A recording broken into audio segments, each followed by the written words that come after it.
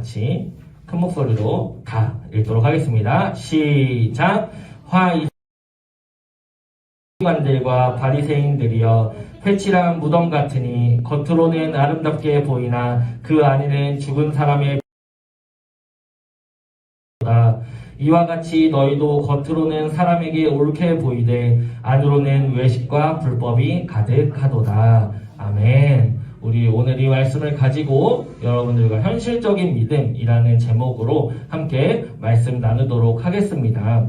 우리 지난주까지 해서 9주 동안 신앙에 대해서 우리가 다니는 교회와 이 교회 안에서 우리가 가지고 있는 믿음이 어떤 것인지에 대해서 함께 의견을 나눴어요. 그리고 저희 설교로 이제 어떤 믿음을 가지고 우리가 뭘로 살아가야 된다? 크리스천으로서 그리스도의 도를 따르고 그리스도의 길을 따라가는 사람으로서 살아가야 된다라고 얘기했습니다.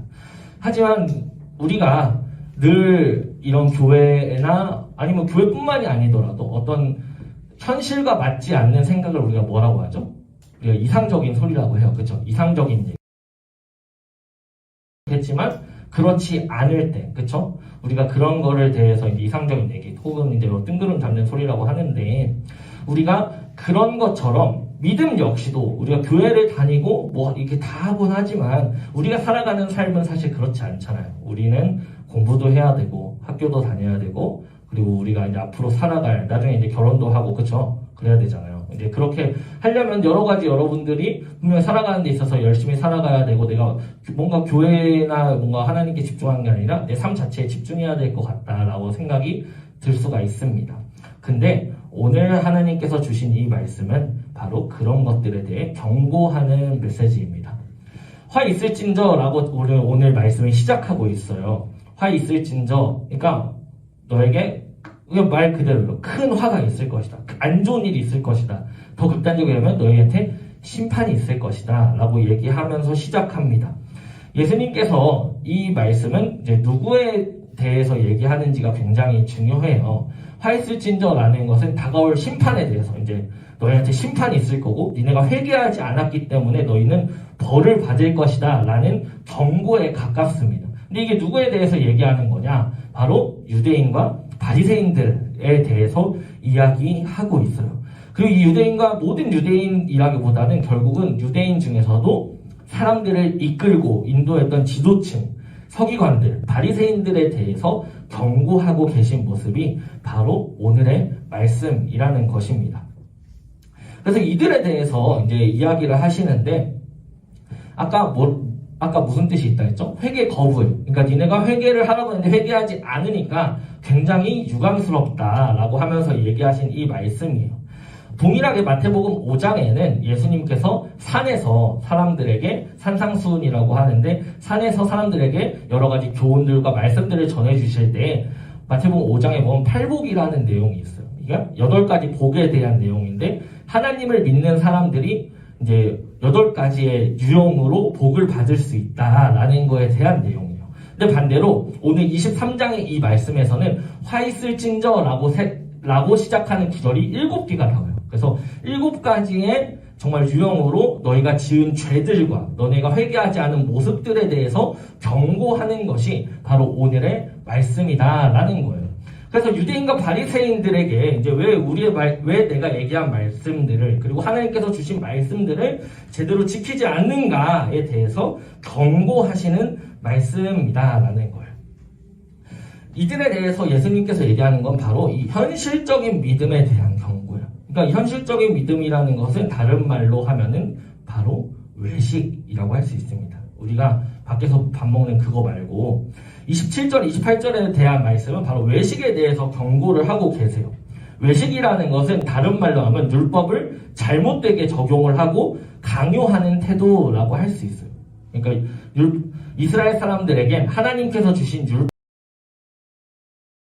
면서 살아왔는데 그 율법이라는 게 하나님께서 주신 의도와는 다르게 사용되고 있다라는 거예요. 하나님께서는 이러이러한 거니까 율법을 지켜라고 하셨다면 이 사람들은 율법을 지키기 위해서 이것들을 행하고 있었던 거예요.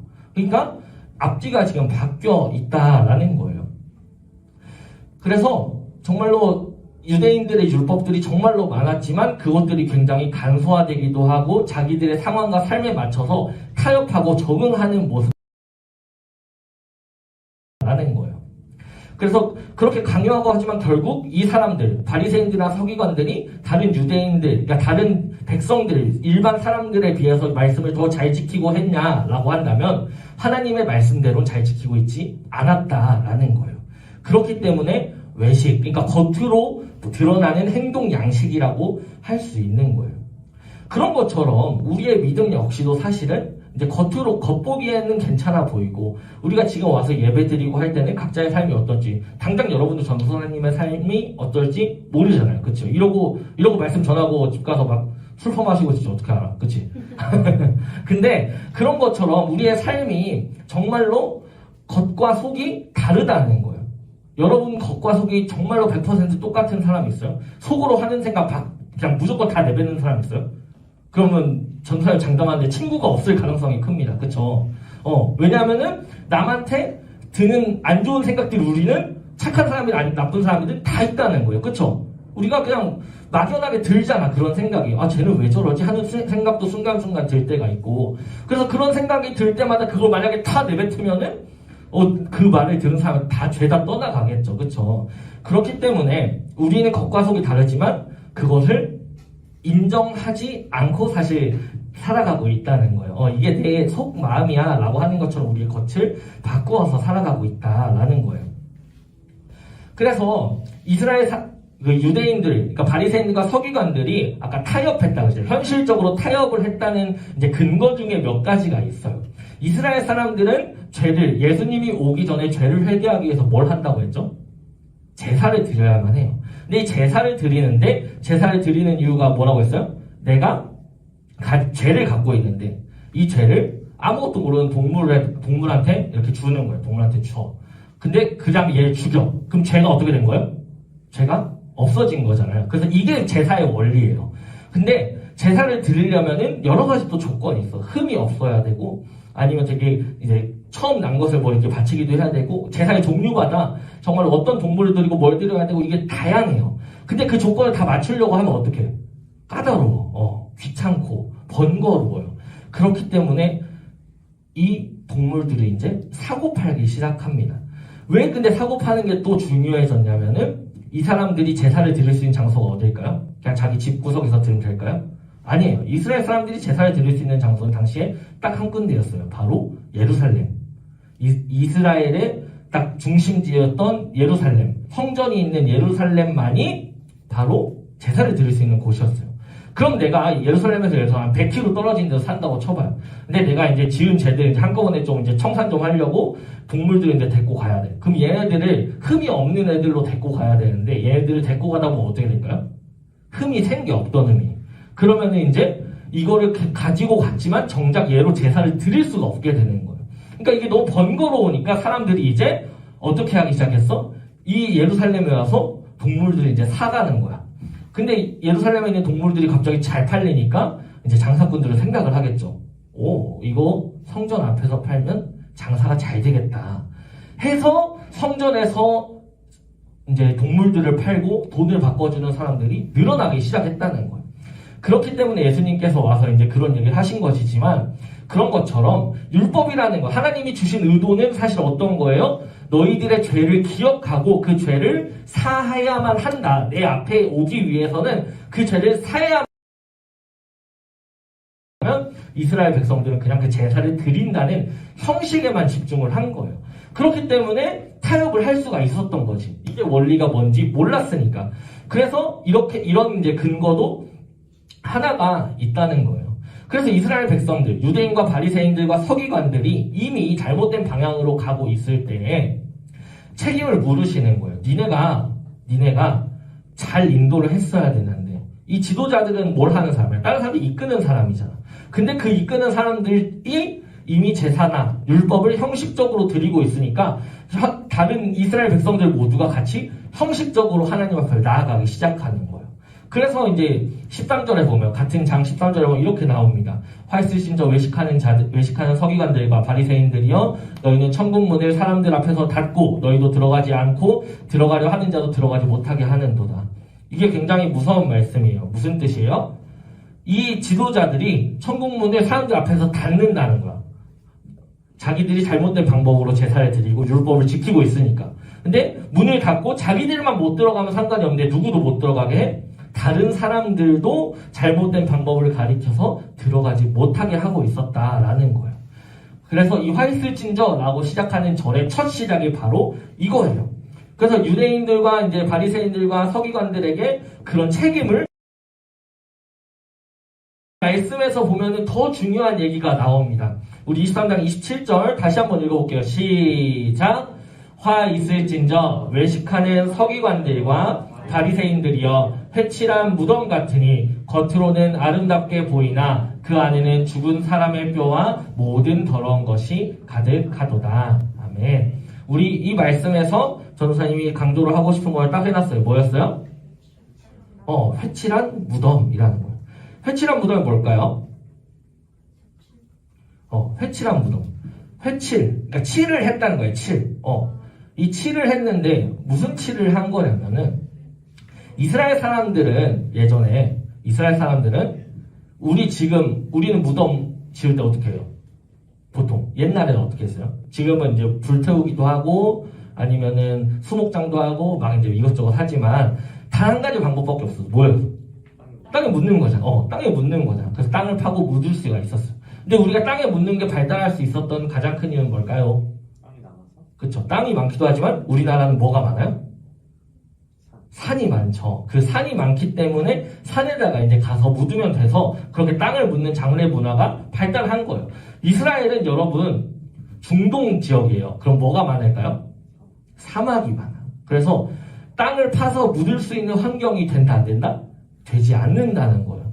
그래서 이 사람들이 무덤을 묻으려면 어떤 방식으로 해야 되냐면은 이제 조금이라도 언덕이 있거나 아니면 바위산 같은 데에서 동굴이나 틈을 찾아서 거기다가 넣는 거야. 그리고 문을 딱 닫는 거야. 바위로 굴려다가. 그래서 예수님이 돌아가셨을 때도 동일한 방법으로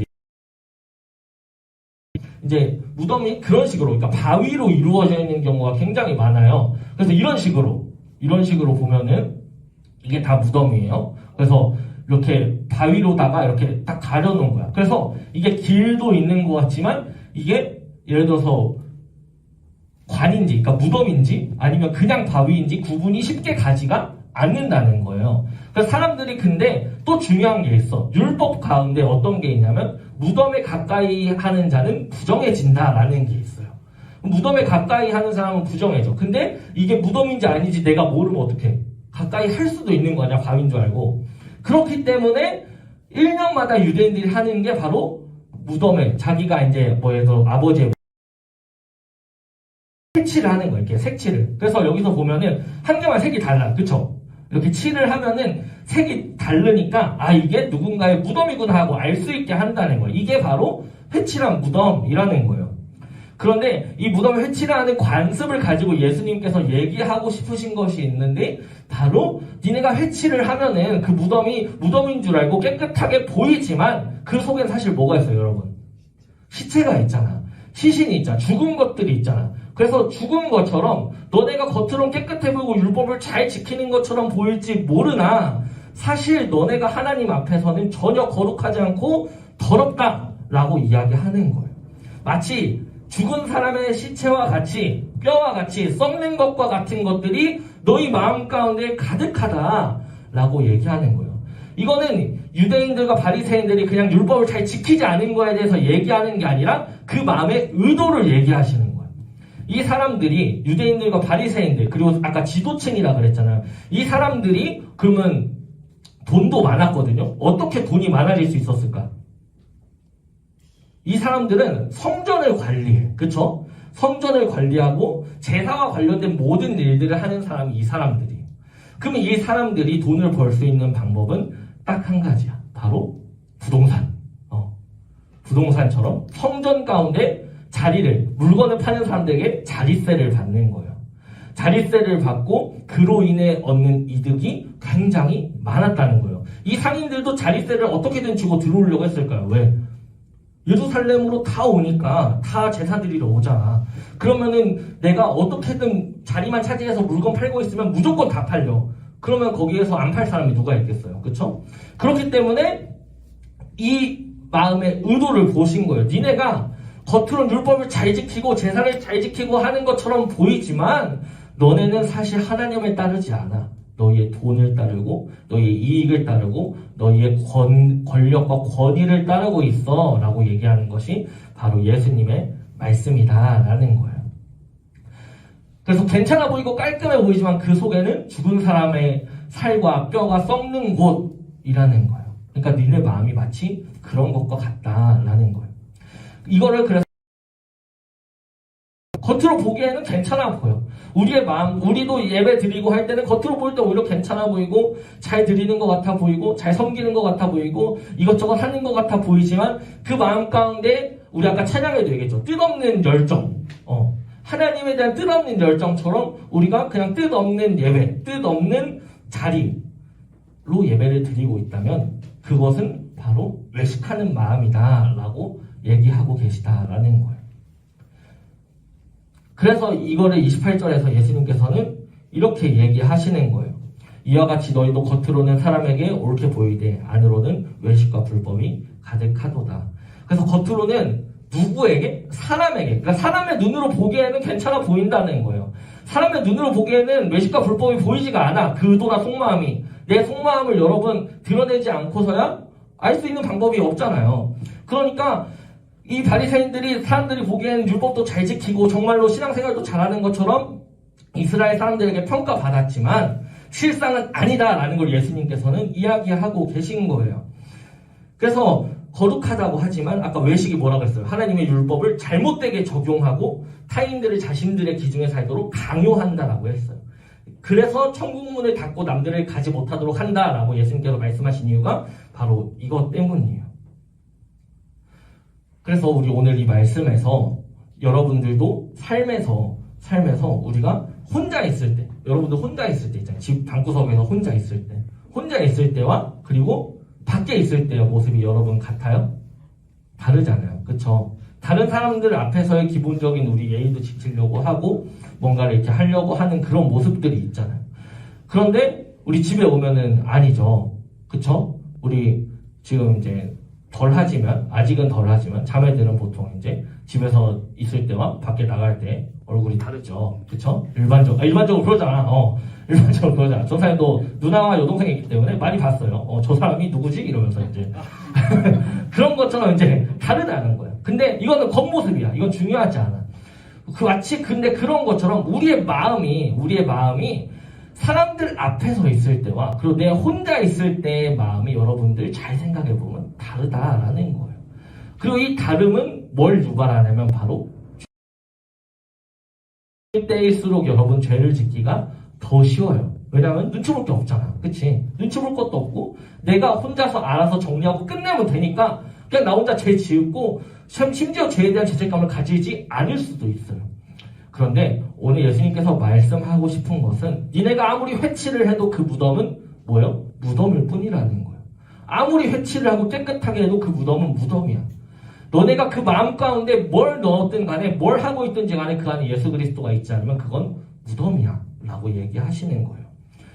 그래서 이런 겉보기 믿음이 아니라 현실에 타협하고 수긍하고 우리가 인정하며 살아가는 경우가 굉장히 많지만 결국 그게 아니라 우리가 예수 그리스도를 믿는다면 내 마음 가운데 뭐가 있는지 봐야 된다는 거예요. 그 무덤 뚜껑을 열어서 그 안에 죽은 것이 뭐고 그 안에 썩어 있는 것이 뭔지를 우리는 바라보아야만 한다는 거예요. 근데 여러분 만약에 실제로 무덤 문을 열어야 된다면 그걸 열고 싶겠어요? 그 안에 시체가 있는데 그 안에 썩은 것이 있는데 그걸 열고 싶겠어요? 아무도 열고 싶지 않아요. 마치 우리 마음에 가장 연약한 곳, 가장 상처, 가장 마음의 안쪽 깊은 곳에 있는 욕망을 우리는 사실 애써 외면한단 말이에요. 그거를 바라보고 싶어 하지 않아요. 그걸 외면하고 나는 그냥 열심히 살아가는 것 뿐이라고, 나는 그냥 최선을 다해서 하는 것 뿐이라고 생각하면서 살아가요. 근데 내 현실의 문제가 깊은 심연, 깊은 그 마음속 가운데 있는 욕망을 먼저 우리가 해결하지 않고서는 결국 외식하는 자밖에 될 수 없다라는 거예요. 그래서 예수 그리스도를 우리가 믿는다면 여러분들 마음을 바라보아야만 해요. 예수님을 바라보면과 동시에 예수님을 바라본다라는 것은 내 마음을 바라본다라는 것과 같아요. 그래서 우리의 모습도 현실적이고 믿음의 상태도 현실적이라면 우리의 믿음은 결국 어떻게 되는 거야? 바리새인들과 같이 현실적일 수밖에 없다는 거예요. 현실에 밖에 막힐 수 없다는 거예요. 세상의 기준에 밖에 막힐 수 없다는 거예요. 그런데 놀랍게도 하나님의 은혜라는 것은 그 현실적인 믿음과 한계를 뛰어넘는 것이에요. 근데 우리가 그것을 스스로 제한을 걸어버린다면 더 큰 은혜와 더 큰 기쁨과 더 큰 비전과 계획과 능력을 받을 수 있음에도 그것을 우리를 경험할 수 없게 된다라는 거예요. 그렇기 때문에 여러분들 마음 가운데 있는 그 무덤문을 반드시 열기를 축복합니다. 그래서 우리가 믿음으로 살아가기 위해서 그래서 담대함이 필요하다라는 거예요. 담대함이라는 게 내가 그냥 용기 있게 뭔가 당당하게 걷는 것처럼 살아가야지 라고 하는 것이 아니라 내 마음 가운데 있는 가장 악한 것, 가장 연약한 걸 내가 마주하고 그것을 해결하기 위해서 하나님께 올려드릴 수 있는 마음이 중요하다라는 거예요. 영어 단어 이제 하나님과 딱 얘기하고 이제 마무리하겠습니다. 여러분들 엔카운터라는 단어가 있어요. 인카운터라는 이 단어는 마주하다, 맞닥뜨리다 라는 뜻이 있어요. 근데 성경 안에서 이 단어가 영어 이제 성경에서 사용될 때는 대체로 어떤 의미로 사용되냐면 어떤 적과 맞닥뜨리다, 어떤 이방신과 맞닥뜨리다, 이단을 선포하는 자들과 맞닥뜨리다 라는 뜻으로 많이 사용돼요. 이 인카운터라는 단어를 통해서 여러분들에게 마지막으로 이야기하고 싶은 것은 우리가 하나님을 반드시 나아가기 위해서는, 하나님 앞으로 나아가기 위해서는, 그리스도를 우리가 믿기 위해서는, 그리고 그 믿는다 할지라도 더 앞으로 나아가기 위해서는 내 안에 있는 욕망, 내 마음을 마주해야 한다는 거예요. 내 마음에 있는 적이 있어요, 여러분. 내 마음 가운데 하나님의 뜻대로, 예수 그리스도의 뜻대로 살아가지 못하게 하는 적이 있어요. 근데 그것은 다른 적이 아니라 바로 나예요, 나 자신. 내가 살아가고자 하는 욕심, 내 뜻대로 내 삶을 컨트롤하고 싶어하고 조종하고 싶어하는 그 마음, 그것이 바로 우리가 맞닥뜨려야 하는, 우리가 인카운터 해야 할 적이다라는 거예요. 그래서 여러분들, 우리가 하나님 앞에서 우리가 진리 안에서 너희가 자유케 되리라라는 유명한 말씀이 있죠. 근데 이 진리 안에서 자유케 된다는 게 뭐예요? 우리가 나로부터 자유해진다는 거예요. 나 스스로, 나의 죄책감, 나를 얽매는 것, 내가 바라보는 삶의 기준들, 생각들에서 자유해져서 바로 그리스도의 뜻대로 우리가 살아가기로 다짐한다라는 것이 바로 그 말씀 가운데 있는 것입니다. 그래서 우리가 하나님 앞에서 온전한 자유함으로, 그리고 정말로 현실적인 믿음이 아니라 더 꿈꾸고 정말로 허황된 믿음을 우리가 가졌으면 좋겠습니다. 우리가 더 크고 더 원대한 믿음, 여러분들이 생각하는 것 이상으로 하나님은 여러분들에 대한 더 큰 계획과 비전을 갖고 계심을 전도사님은 확신합니다. 그래서 여러분들, 우리가 정말로 이 시간 하나님께 예수 그리스도의 자녀로 살아갈 수 있음을 여러분들이 다짐하고 우리가 선포하는 우리 그런 청소년 친구들 되었으면 좋겠습니다. 자, 기도하고 마무리하도록 하겠습니다. 하나님 아버지, 우리의 마음 가운데 주님께서 부어주셨기 때문에 주님을 향해 나아가길 원합니다. 주님께서 함께 하시기 때문에 주님, 우리 마음의 무덤문을 열고 내 마음에 썩은 것, 내 마음에 연약한 것, 상처와 아픔과 욕망과 그 심연의 욕심까지도 우리가 마주하게 하시고 그것과 승리할 수 있는 주님, 우리가 결론을 얻을 수 있도록 우리의 신앙생활을 인도하여 주시옵소서. 우리가 예배 시간과 우리가 일주일간의 삶을 통하여 붙드시고 늘 능력 주시는 하나님의 능력만을 바라보기를 원합니다. 주님께 함께 하시길 원하며 예수님의 이름으로 기도했습니다. 아멘. 우리 함께 주기도문 하심으로 예배를 마치도록 하겠습니다. 하늘에 계신 우리 아버지, 아버지의 이름을 거룩하게 하시며 아버지의 나라가 오게 하시며 아버지의 뜻이 하늘에서와 같이 땅에서도 이루어지게 하소서. 오늘 우리에게 일용할 양식을 주시고 우리가 우리에게 잘못한 사람을 용서하여 준 것 같이 우리 죄를 용서하여 주시고 우리를 시험에 빠지지 않게 하시고 악에서 구하소서. 나라와 권능과 영광이 영원히 아버지의 것입니다. 아멘.